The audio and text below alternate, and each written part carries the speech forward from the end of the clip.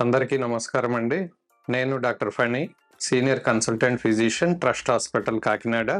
ఈరోజు ముఖ్య ఉద్దేశము జనరల్ పబ్లిక్ అవేర్నెస్ ప్రోగ్రాంలో భాగంగా April 25th world malaria day celebrate చేసుకుంటున్నాము. దాని గురించి ఒక చిన్న అవగాహన చెప్పటానికి నేను ఈరోజు మీ ముందుకు వచ్చానండి.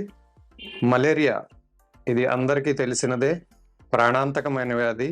మనం సరైన టైంలో సరైన చికిత్స తీసుకోకపోతే, లేదు అంటే చాలా ఈజీగా it's a preventable and curable, completely curable disease.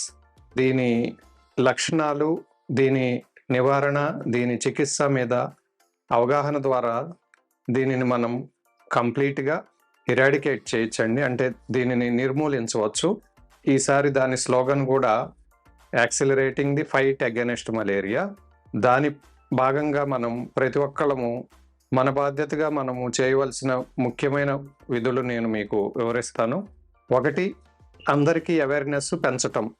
ఇది ఎలా కాజ్ చేస్తుంది, ముఖ్యంగా ఇది దోమకాటు వల్ల వ్యాప్తి చెందే వ్యాధి కావున మనము ప్రతి ఒక్కళ్ళని వాళ్ళకి అవగాహన కలిగించవలసిన విషయం ఏమిటంటే, దోమల బారి నుంచి మనల్ని మనం కాపాడుకోవటం, మన పక్క వాళ్ళని కూడా కాపాడుకోవటం.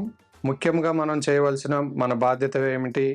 ఈ దోమల్ని నివారించడానికి, వాటి వ్యాప్తిని తగ్గించడానికి ముఖ్యంగా మనం పరిసరాల పరిశుభ్రత, మనకి చుట్టుపక్కన ఉండే మన పరిసరాలని నీటికి నిల్వ ఉండే ప్రదేశాలుగా లేకుండా చూసుకోవటం, so that we can prevent వాటిని మస్కిటో బ్రీడింగ్ సెంటర్స్ని మనం అరికట్టవచ్చు.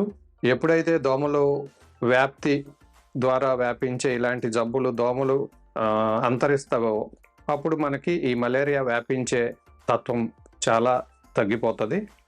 అందరూ ఇది ఒక ప్రతిజ్ఞలాగా తీసుకోవాలి. పరిసరాల పరిశుభ్రతను పాటించాలి. దోమల నివారణకి ఫైట్ చేయాలి.